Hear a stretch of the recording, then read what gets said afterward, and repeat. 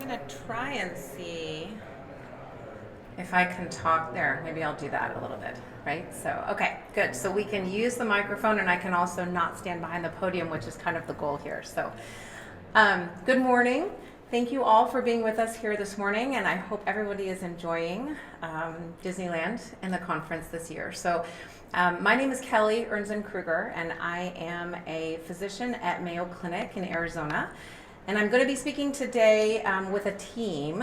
I think that's going to be our theme of the morning that you're going to hear when we're talking about transition readiness, is that we are a team, and that starts from the presenters that you have up here today. So I am an internal medicine and pediatrics trained physician at Mayo Clinic, Arizona.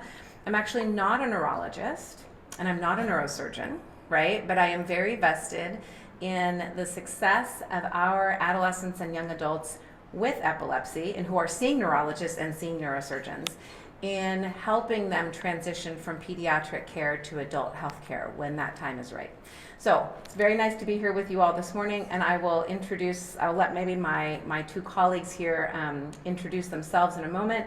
We have Nicole Schuren, who is our pediatric and adolescent medicine social worker at Mayo, Arizona, and then we also have Jenni Rogers, and she is a child life specialist. And so we are taking a team approach when it comes to transition readiness, and that's what we'll be speaking about today, a little bit about what we're doing in Arizona to this point. So out of the gate, I want to say that we have a couple of objectives, things that we hope that patients and families and all of you this morning will be able to walk away with today. We want to speak a little bit about what is healthcare transition, what does that term mean, right? Sometimes it feels like that's something that we know it when we see it, but sometimes it's a little hard to put our teeth around, and so we're going to talk a little bit about that this morning.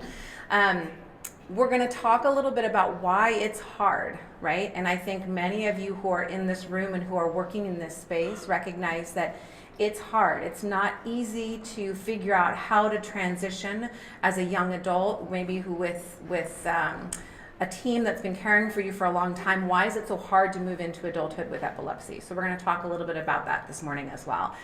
And then we're going to finish talking about how do we approach some of this and when should we bring it up? That's a question that comes up a lot, right? Epilepsy looks really different for different patients and different families, and so the answer may not be the same size that fits for everybody, but we're going to talk a little bit about that as well this morning. So I'm going to turn it over here to Nicole, and she's going to lead us off a little bit, and then we'll go from there.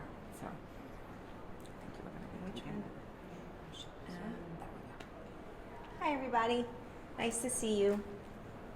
So I'm going to stand back here because that'll be easier for me if that's okay with all of you. So what is transition readiness? Transition readiness is preparing our youth with medical conditions for adult medical care. We are looking at a comprehensive team-based approach which includes the patient and the parent or caregiver. It's a pathway to independence, and assessment is really geared towards our needs, strengths, and goals for both the patient and the parent. Healthcare transition for chronic health conditions is identified as a prolonged, not easily resolved, and requires ongoing attention. So we are talking about youth with chronic health conditions, including epilepsy, a condition that will follow them through life.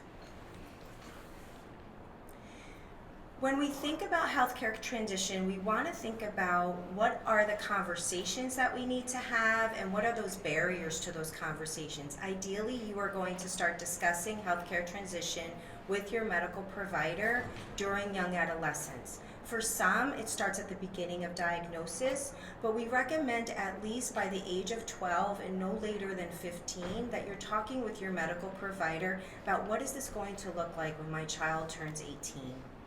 It is for any child with a chronic medical condition or disability, and you can initiate this at any time. And if you leave with any message today, that's one important message we want you to know, that you can talk to your medical providers at any time, even if they're not bringing it up first.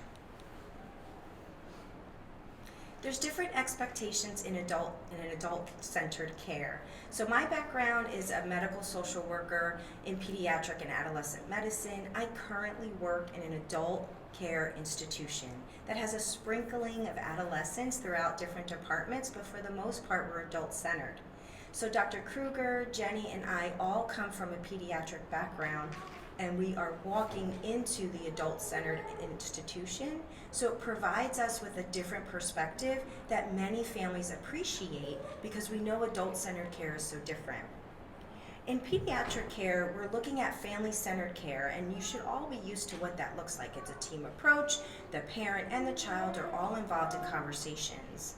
But transition readiness incorporates the fundamentals from the pediatric care that you should be expected and have been receiving, and marries it with the adult healthcare system. And we're providing education and guidance along the way. We want our youth to feel secure and to feel safe in this comprehensive team approach, and so that you're feeling like you're landing on a soft cushion when you come into adult healthcare, because it is so different. As an adult, you probably know what it's like to call your own doctor or to get an appointment, or if you have to go to the hospital. The system's extremely different than it is in peds. So our goal in transition readiness is to really help you land in a soft cushion. We also want to encourage our youth to be as independent as possible. So this starts with you in the home. What is your child able to do on their own? What kind of things can they start doing on their own? And how can we help them to be more autonomous in their health care?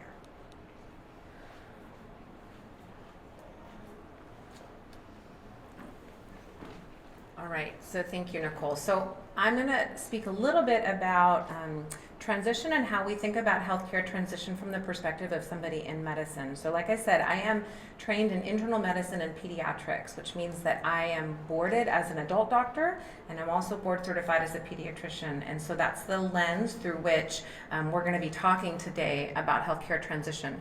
So this concept of healthcare transition is actually not one that's new, right? So this was first described in the medical literature and journals back in the 1990s, right? So, and in 1993, in the Journal of Adolescent Health, this is how we defined healthcare transition. So healthcare transition, the purposeful, planned movement of adolescents and young adults with chronic physical and medical conditions from child-centered to adult-oriented healthcare systems. So that was really the first time that we started really defining what does this look like as a concept, both in medicine but then also for patients, right? And then we can start talking about what are we doing about it.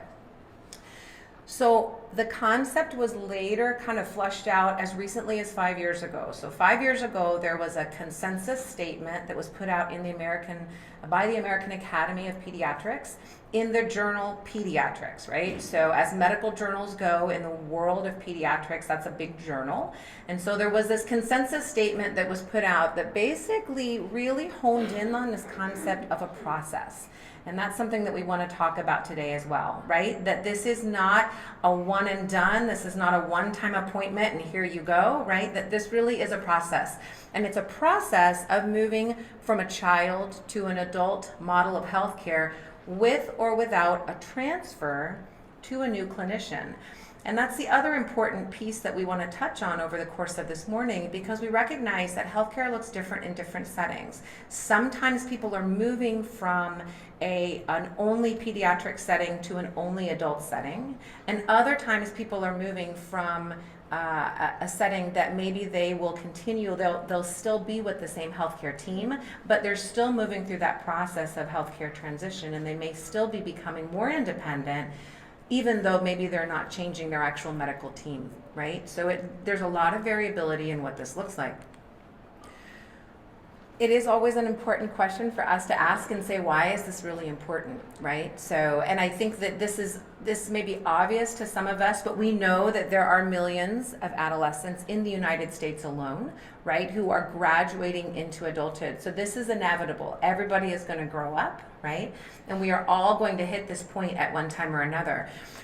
Specifically with regards to epilepsy, we know that across the world, there are about 1 million children that are aging into adulthood with epilepsy. So this is a big deal, right, across the entire world. And we also know that adolescents and young adults, specifically with healthcare needs like epilepsy, right, are at high risk for poor healthcare outcomes in this time of adolescence. So that's not specific just to epilepsy, but we know that across the board, if you are a young adult with a chronic healthcare need, it is tough to navigate that during the years of adolescence. So we have to pay attention to this. So if we know that this is a big deal, right, then those of us in the medical profession, right, should be looking at this and say, we should be paying attention to this, we should be doing this well, right? And so then I think it begs the question, how well are we doing on this, okay? And I would submit to you today that we have some work to do, right, okay? So looking here, this was a survey, National Survey of Children's Health, from a couple of years ago, and they surveyed adolescents who were not yet 18, right, but approaching the age of 18, because again, this is inevitable, it's gonna happen, right? Young people from ages 12 to 17, and they asked several questions of that group, right? One question was this: did the adolescent, during the course of that visit, have time alone with the healthcare provider? Okay. Now, recognizing that that may or may not always be helpful, right? If your adolescent doesn't communicate with their healthcare provider in the same way that maybe their care team, that might be a little bit of a different scenario. But by and large, did the adolescent, when appropriate, have an opportunity to communicate by themselves? A lot of them did not, right? The next question was this: did the young adult receive the necessary services with regards to transition to adult health care? The most did not, right? And then the final question, did they even talk about it, right? Did they even talk about the inevitable change that was going to come in this concept of transition? No. So I think I would submit to you that this is a tough thing, and we're not doing a great job even in medicine, right? Even those of us who are in the healthcare field, it's a struggle, right? And we're trying to find our way to figure out how do we do this, right? What's the best approach to take on behalf of patients and families? So I think that we can recognize that there are certainly barriers, right, that make it difficult. Why is this so hard for us? We're not doing a great job. There are many, right? And I'm sure that many of you all in this room have experienced some of these, right? Just to list a few. Starting in the upper left, let's recognize there's a lot of fear, right? So there's a lot of fear in general whenever you're taking care of a young adult or a young person with chronic illness. But if you have grown up knowing a particular healthcare team or particular providers, it can be very fearful to think about the need to change, right? So, and sometimes there are some expectations that, well, that new provider is not going to know my child the way that we know my child, the way that my pediatric team has known my child, right? Recognizing that familiarity won't be there, right? So that can be a big barrier, right? And that barrier is present on both the family side and sometimes also on the provider side, right? So sometimes there are systematic difficulties. We live in a very, very fragmented healthcare system, right? I'm not the first or the last person to say that. And so depending on where you live, there are great barriers and chasms in communication sometimes that make it very challenging here, right, for all of us. Sometimes we don't plan far enough in advance, right? I think sometimes our adolescents are being adolescents, right? And sometimes our young adults have other priorities. And the concept of needing to transition care for my chronic epilepsy when I'm trying not to make epilepsy the only thing in my life that I'm focusing on, that's real, right? And that's normal adolescence, but that can be a barrier in this whole process too, and we know that. Sometimes there are training limitations, and that's within the medical field. There are adult epilepsy specialists, there are pediatric epilepsy specialists, and sometimes the training and the process is quite different there, and the approach is different, and so sometimes that can be a little bit of a barrier here. Sometimes patients and families just don't want to deal with this, right? So, and we keep putting it off and keep putting it off. That brings with it some challenges as well. Lack of confidence, like I said, in what the adult healthcare system, that's real, right? And we're just going to name it. And I'm an adult healthcare provider, so I'm going to say, I recognize that, and that's okay, right? So, and then we don't always talk. So bottom line, wherever we fall on this, there's a lot that makes it challenging for us, right? So we know it's important, and yet we know that it's hard. So this is a slide that I put up just to show you that coming out of that consensus statement that I mentioned at the very beginning, right? That consensus statement that came out in that Journal of Pediatrics in 2018 helped us to put a framework within all of medicine, not just epilepsy, but across all of adolescent young adult medicine about how to think about transition. This information is available in that paper. It's available online. There's a great website for those who are interested called Got Transition. And this information is all available there. What I want to show you is this, because it's kind of a busy slide. This slide, though, shows you kind of the steps and the process that you can take through the course of transition. And notice the age at which these guidelines recommend that we start thinking about and planning for transition. It's the age of 12, right? Which is a lot earlier than what we do now, right? For the most part. Now, there are some who are thinking about this and planning for this way earlier, but 12 years old, that's much earlier than many of us have been thinking about, gosh, at some point I'm gonna need to start planning for transition. And yet, that might really do us well because we recognize that this is a process and allow us time to prepare appropriately. So we know that adolescence and young adulthood is a very unique time in life, like we said before, right? You are leaving childhood, right? And so you as an adolescent are becoming more autonomous, right? Both with regards to all of your life, right? But also in your healthcare, right? And we know that we want to gradually become more independent, depending on where we are, but we also know that we are still reliant upon family to help us with a lot of these things, right? At the same time, as you are entering into adulthood, you're not completely independent yet, right? And you're still relying on family for certain aspects of care. And so what we really want to drive home here is that transition is a process, right? It is not a one and done. It's not a one-time visit, even though we can sometimes dedicate visits to this. We really want to drive home the message that this is something that starts at different times for different families and continues over time in this pathway. And just to speak a little bit more about that, sometimes we can tend to think about transferring care from a pediatric focused place to an adult focused place. And I would really say today that we'd like to get away from that concept about a transfer of care and think about it differently. So when we're talking about a transfer of care, many times a transfer of care might be initiated by a pediatric focused team for a young adult who is graduating out of their practice. So let's say you're seeing a pediatric provider and then they say by the time you're 18 or by the time you're 21, you need to have found a new provider. And so they're initiating a transfer to a new provider, right? Many times that happens at a certain age, like I mentioned.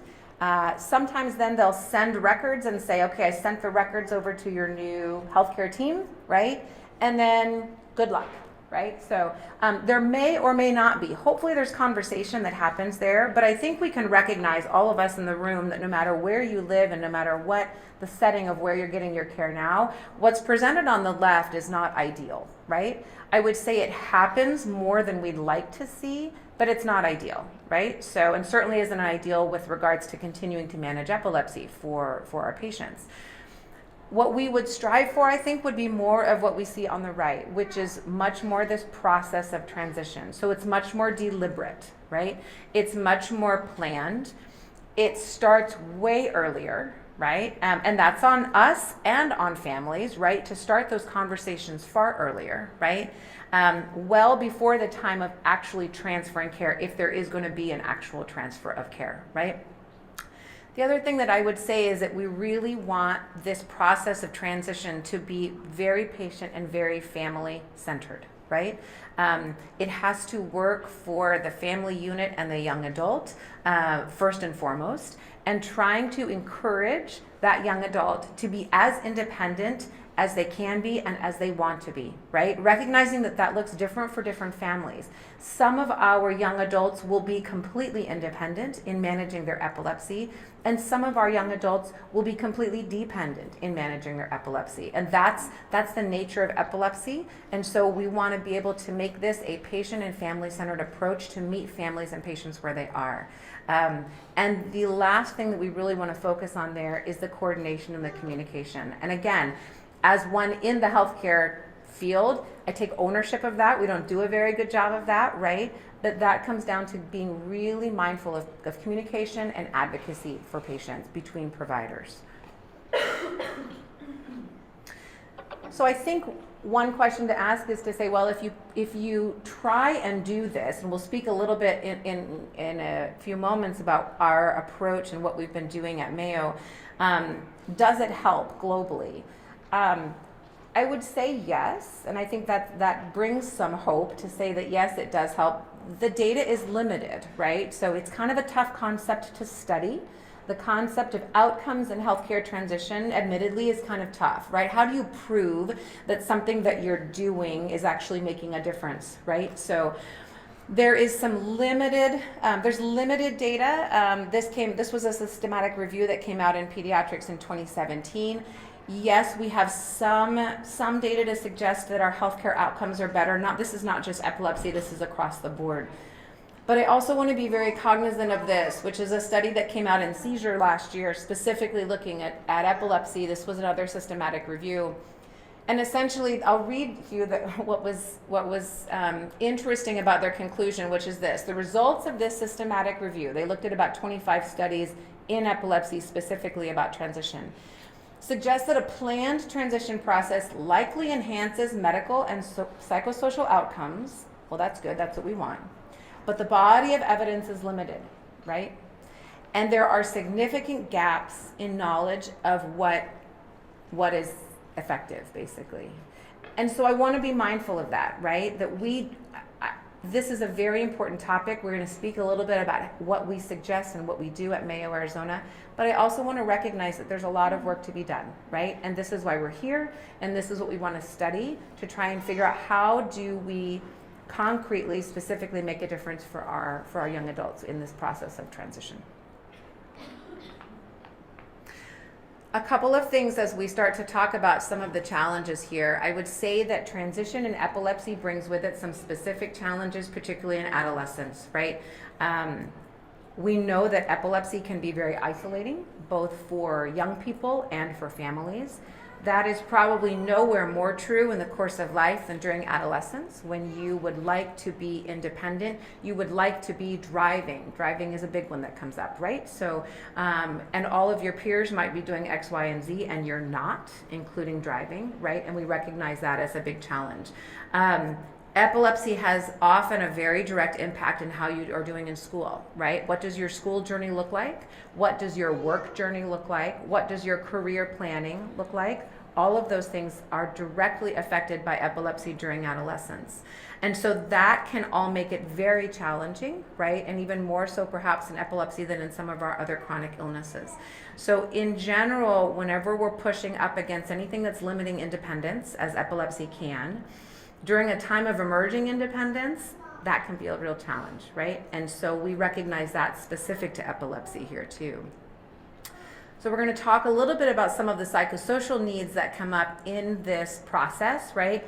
And then the importance of how we might try to look at some of that here in transition. So I'm going to turn it back to Nicole and then Jenni.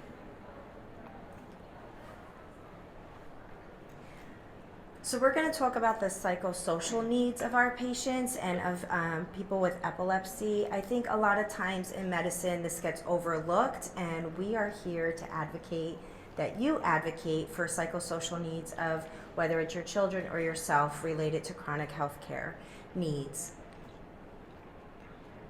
So as we talked about before, there is a difference between pediatric healthcare and adult healthcare. In pediatric healthcare, we are beginning early and slow over time. We're assessing readiness and adjusting to those levels of ability. You want in the pediatric portion of your child or your care to start talking with those providers about transition.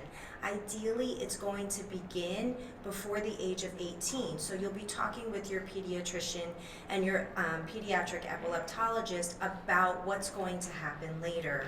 And when we talk about adult health care, it happens a lot quicker. The whole reason why we even started this clinic at Mayo, Arizona, being an adult institution, is because we noticed so many teens and young adults were coming and they were not prepared to be more independent in their health care. So we started this clinic in order to help buffer that, but ideally you're starting at a younger age with those providers.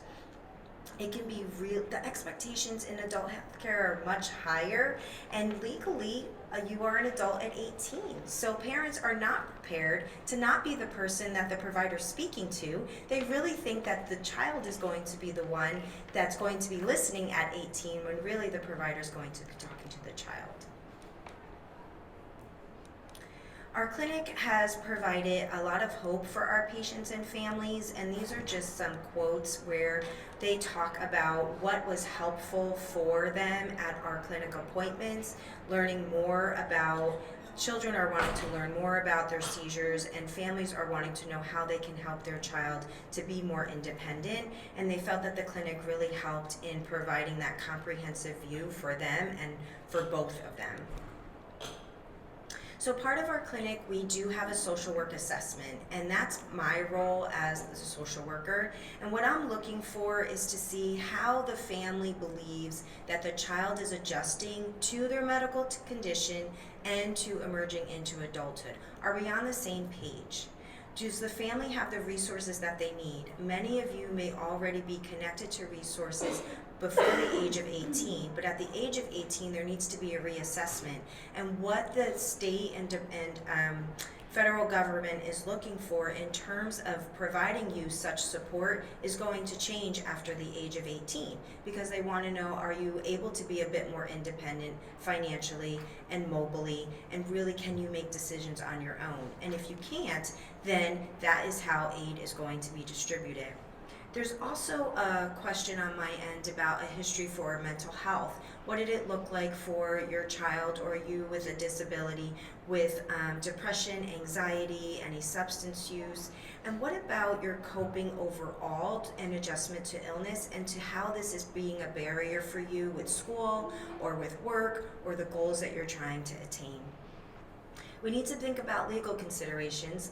Epilepsy runs the gamut from people who are able to be self-sufficient and those who cannot. So each state is different in terms of if they offer supportive decision making. So the state of Arizona, where we reside, does offer that option, but then there's also the option of guardianship, and you want to have these conversations with your provider. What does this really look like? What does guardianship really mean if I am saying that I need to be the guardian for my child after they turn 18? We have conversations about, what do you want to do? Do you want to go to school? Do you want to go to work? And how do we make sure that those goals are matching? So we provide bridges to you for the community, so you know what resources are available for you and your family related to getting more independent and finding out what's a good match. And there are goals and there are options for all people with epilepsy. It does not matter what your ability is, there are options for you. We also like to talk about, in our clinic, some of our patients are considering surgery. So that is another big component of our conversations in our transition healthcare clinic, is because we want to talk with teens about, are you ready for surgery? Do you want surgery, and why? That child's decision-making capability is really important in having those joint conversations, so they're part of those conversations and they understand the risks and benefit of surgery. We do take time to separate the parent and the child in our clinic. As Dr. Kruger had mentioned before, it's really important that we do that, because we know that teens aren't always on the same page as parents, so we want to check out to see where we are, and then at the end of our clinic we typically come together on mutual goals. I'm going to turn it over to Jenny, our child life specialist, and she'll go through the rest of the PowerPoint. Thank you. Good morning. So I want to talk a little bit about what we look for. We've been talking about what is independence and how do you do it. And some of the things that we want to talk to with your child is, could they explain epilepsy to somebody? Do they have an understanding of what their meds are and what they do or what they don't do, or what happens when you don't take one? Or are they putting their own medications into their pill box every week?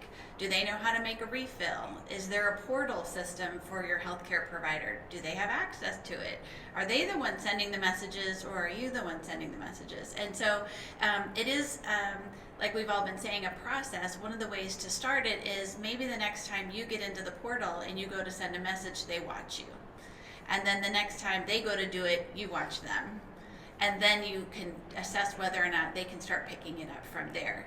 Or little nuances like looking at their prescription and setting a timer for every 90 days when the refill is a week out. And maybe 3 timers for a week out, because they're going to ignore the first 2. And then the third one, they might actually do the refill. But if you set these just little things up in advance, it helps them go, oh, I don't have to remember, or you're not having that awkward conversation where they're calling you and saying, oh my gosh, I only have 2 pills left. And you're like, it's Saturday, you're killing me. You know, like, how are we going to figure this out? So it helps them find, we try to find those little nuances of how to help them be a part of that care and the little things that you guys just do naturally, and how can we pass that on to them? An interesting thing is, in talking with some of our patients, is sometimes the parents will say, like, well, anytime I mention epilepsy, they just shut down and they don't want to talk about it. And so they need to be more accepting of this and be willing to tell their employer or tell their friends or tell whatever. And I think what I would say is that's really tough, because every time they're reminded of it or they have to do something for it, it puts it in their face that they are different. And so while we want them to accept it, we also have to recognize, as part of development and becoming more independent, is they can't live in that space all the time. It can't be who they are all the time. It's like, oh, I'm me and I have epilepsy, not epilepsy is me and I'm just a little part of it. So it's hard to navigate that, but that is one of the things I think we see a lot with the barriers of trying to get them to be more independent, is because it's like, I don't really want to think about this. So when I go to school and I have a seizure, I haven't told my roommate. No, I haven't told the RA. No, I haven't talked to the disability center. Yeah, I missed that test on Friday, but I don't want my teacher to know, because I just don't want to deal with it. Because then I got to call them and email them and then set up another time to go to office hours and do the test another day. So there just starts to layer on, when us as parents are like, I don't get what's the big deal. You just tell them and then you reschedule it. So anyway, some of the things we try to look at. Oop, I went the wrong way, sorry. And so as we were talking, I think we've kind of covered this team approach, and I think what the biggest message we would all say is that it may be on your shoulders to start bringing this up to your team and saying, who do you know in the community? Who are you thinking we're going to transition care to? What are your plans? Can you start asking them questions instead of me? Can I just sit here while you ask them the assessment today? And so you're still there as a backup, but you're starting to do those visits that way. And like we said, our team, so we bring the neurologists, we have our primary care, and then we have social work and child life. So when we do the visit, we're looking at all the aspects, and we want to talk to you and find out what motivates your child, what barriers are you having. I think of a family recently that we had, and when we met with the adolescent, she said, I'm an adult. I turned 18. I know I'm a senior in high school, but I'm an adult, and so they can't tell me what to do anymore. So as soon as I leave, so this is October, as soon as I leave for college next fall, like, I'm done. I'm out. You can't tell me what to do. And so we're like, great, okay. So are you going to have to rely on your parents financially? Well, I mean, yeah, probably. Well, I don't know. I hadn't really thought about it. Okay. So, well, I'll just get a job. All right, do you know how much money you need to make to pay for the things that you want to do? Have you made a budget? So it sounds strange that we're incorporating life skills into epilepsy clinic, but the reality is they all kind of blend, because if you don't have those skills in those other areas, you're really not going to be able to blend over the healthcare system either very well. And so then on the flip side, we talked with the parents, and the parents are like, we don't want to be involved in every detail of this, but she gives me 2 days notice until the med is due and it's in the weekend, or, they haven't called or they haven't done these things. So we try to do hey, do you think, adolescent, you could cook dinner once this week? Like, do you know how to cook? You're going to move out in 6 months. Do you know how to feed yourself? It doesn't just magically show up in the fridge. And so navigating some of that of like, hey mom, maybe you don't cook every Wednesday. Maybe they cook every Wednesday, and start easing into those little things. So as we're talking about, here's just some quick things. I think we've covered it, but understanding how much do they know about what's going on. If something were to happen and you weren't there, could they answer questions? Daily routine, do they have an alarm? Do they have a regular sleep schedule? So maybe their sleep schedule isn't great. Maybe they, go to bed at midnight and get up at 11 in the morning. That's fine. But have they worked their med schedule around that? And have you talked to your provider to say, hey, we're taking, doses 3 times a day. It would really work a lot better and be much more compliant if we had 2 doses a day, just morning and bedtime. Is there any possibility or any drug combination that we can do differently to fit within their life a little bit, so there's a little on both sides? And then, again, talking to your providers about what are the things, what are the access and resources that we can get into. It is different for every state. I think one of the things we really like to tap our families into is vocational rehab, because even though maybe epilepsy isn't interfering with every aspect of their life, they will qualify for additional support and resources and opportunities. So vocational rehab in your area will connect them with what are their interests. They're interested in art, they're interested in medicine, they're interested in business. Are there ways that they can connect you into the community to organizations and employers that are more apt to be flexible because they know what's going on? So this is just a quick thing just about our clinic, and as they shared, Nicole and Dr. Kruger are amazing. They just started this as a pilot and said, this is a need and we need to do this. So it may be something you can challenge the providers in your area, and we're always happy to connect and say this is how we did it, and how can we be of support to them and the things we're looking for, and give you guys the resources to do it also. And then this is our team. And in summary, it's really a process. We want to start early, keep ongoing conversations. It's best managed when you both give input, so that when you hear from your teen what's important to them and hear from you guys, well, I don't want you to, not have a place to live in 6 months. And so how are we going to both get to that end goal? Or no, we're okay with you living at home, but you have to pick up these responsibilities because now we're roommates. We're not parent-child relationship. And so you can live here, but we need you to do X, Y, Z, and start help separating that. Okay. Any questions you have for us?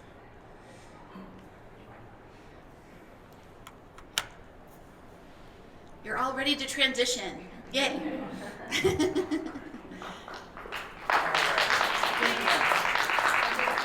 just want to thank you guys. I saw the doctor, my son was at Mayo, and that doctor had such a wonderful discussion while we were trying. He was in the unit where they were hoping to have a seizure and it didn't happen, how it goes. And, and so they had a lot of time to talk, and I just love that he talked about lifestyle and social cycle. It wasn't just the epilepsy. They had this really meaningful talk, and I wish I had seen this 10 years earlier, because it was a very tough transition. And it was kind of a very drop and then pick up, and so thank you for what you're doing, and I hope more places pick this up as a discipline, and so I just appreciate you guys. Do you have any words of wisdom for anybody else in the group here? Who's walking through it right now? This approach works. It works? Yes, we're doing really well with our son now. Good. That's great. He's doing amazing. Great. But I think he wasn't, in his defense, he was not treated well in the transition. I think, you turn 18 and they were treating him like, now he's 26, and also their prefrontal cortex doesn't fully formate. That is correct. So my husband's like, just wait until he's 25 and you're going to be a really smart mom then. Exactly. And I just wish there was more compassion and understanding to him, because I think his distrust of the medical community just went through the roof when he turned 18, and he was being treated like a 30-year-old or a 60-year-old. It just, So my advice is, just advocate and look for for people like you and be inspired. And I'm starting a nonprofit, Young Adults with Epilepsy, focusing on this very thing of the great. transition and Wonderful. peer counseling Yes. by a licensed therapist that also has epilepsy. So Great. Awesome. we know that this is a much needed thing, and we're trying to do measurement too, because I've been scouring the journals as a layman, and there isn't a lot of data out there. There's not Yeah. there's not a lot of data, both in the epilepsy literature, but then globally. Sometimes there are more measurable outcomes in other illnesses, right? So epilepsy, frequency of seizures, type of seizures is a little tougher to kind of put our hands around sometimes, but in general, you are absolutely right, there's not a lot there, so. I think one of the big differences I've seen between pediatric and adult care is that if you miss an appointment, they don't call you and ask to reschedule. Yep. If your refills expire, they don't call and say, hey, we haven't, we'll take care of this for you. Yeah. Or the other big thing I've seen is that if an adolescent refuses something, so something minor, I don't want to take that pill anymore. Yes.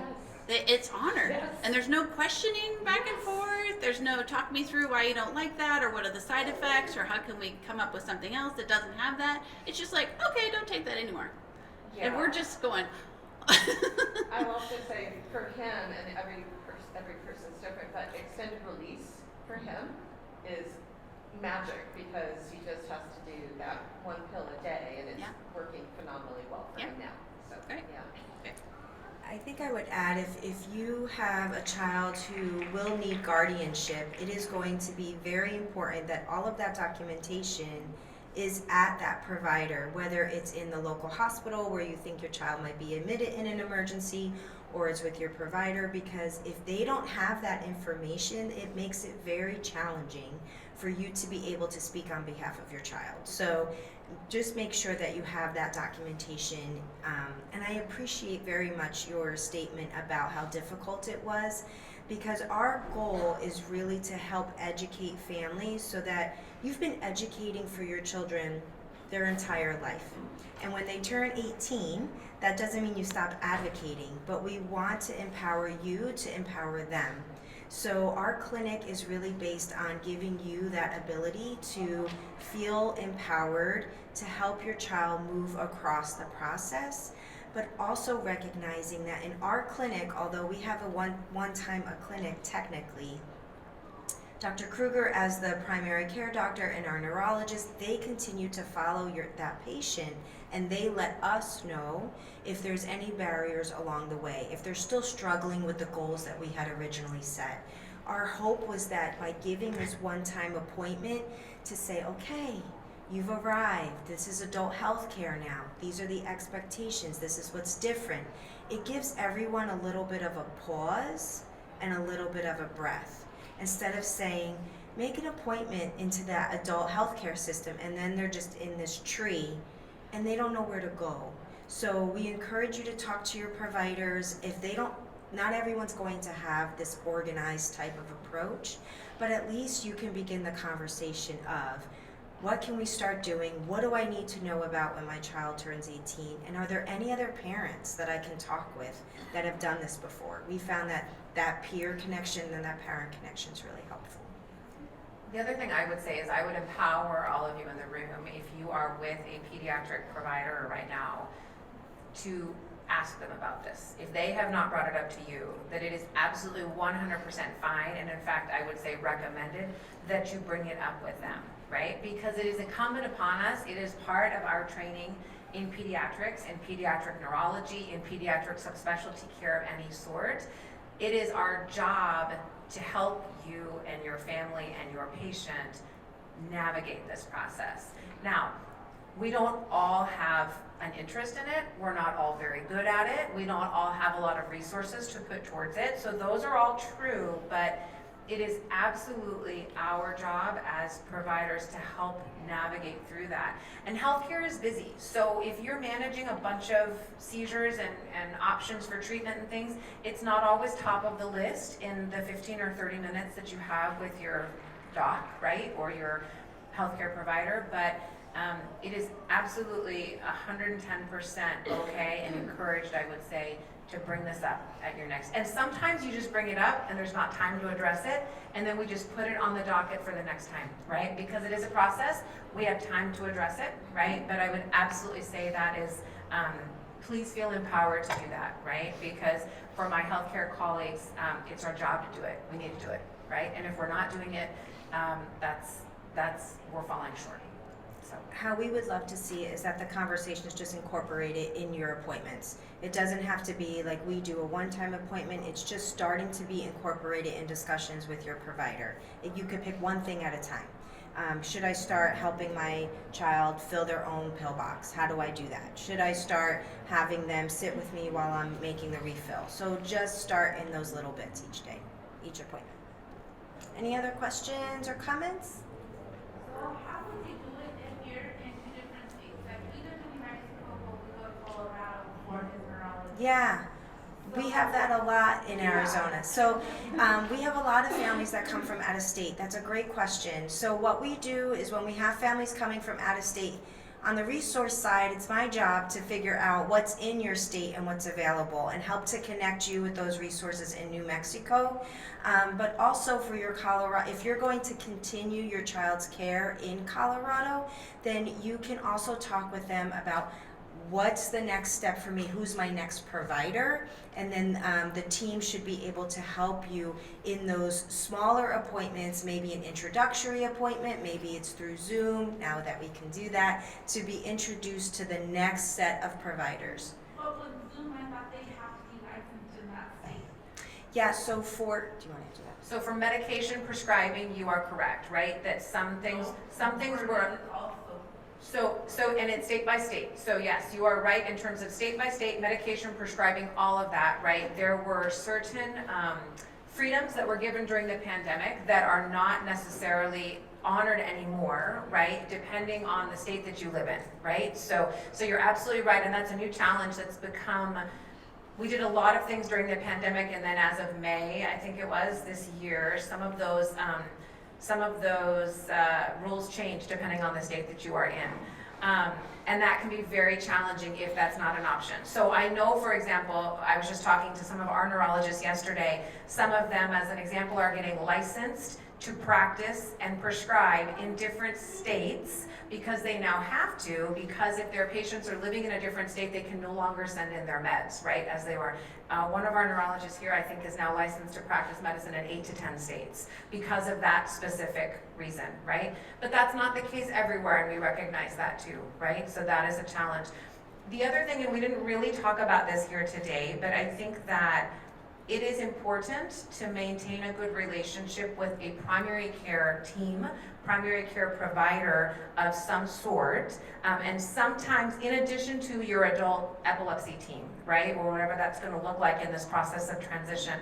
And if that primary care team is local to you, then sometimes that can also help bridge some of those gaps between like the New Mexico, Colorado in this example, right? So now, finding a good primary care team locally is kind of a whole other topic of conversation, and that's very challenging too sometimes, right? So, and I'm in primary care, so I hear you, like that's very, very hard sometimes. So, but that is really important. That's important across all adult healthcare, right? So, because adult specialists often will culturally just take care of whatever their specialty is, right? And then we need an adult primary care to kind of coordinate and take care of a lot of other things too. So sometimes that can help depending on the situation as well, right? So especially if you're getting care that is longer distance, right?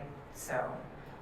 Did you have a question? I was just kind of wondering, what advice would you give to like a patient who's a little bit more chronically disabled and can't, yeah, independence and everything is great, but I wish that was our case.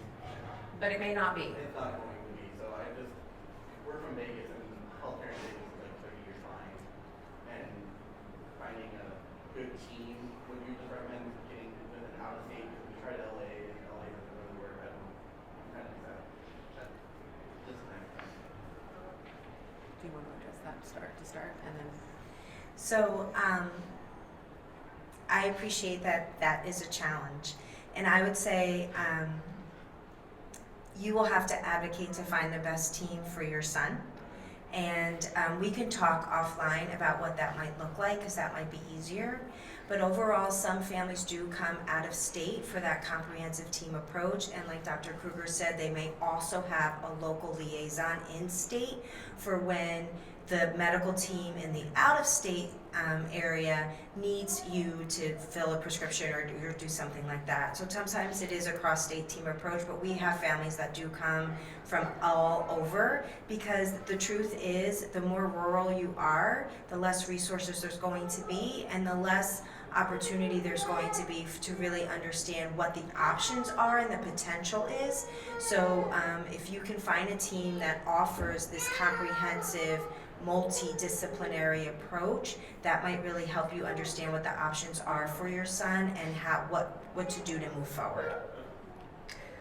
I would say too, because recognizing we have people from different states here, if there is an academic medical center somewhere in your community, that's a good place to try, right? So not because there aren't excellent community pediatricians, right? So, but it is also sometimes an academic center, right, where they may be more accustomed to seeing more complex and taking the time that is necessary. Again, that isn't always in place, so I'm not going to pretend like that's a panacea of options, right? So, but that's one option to consider, right?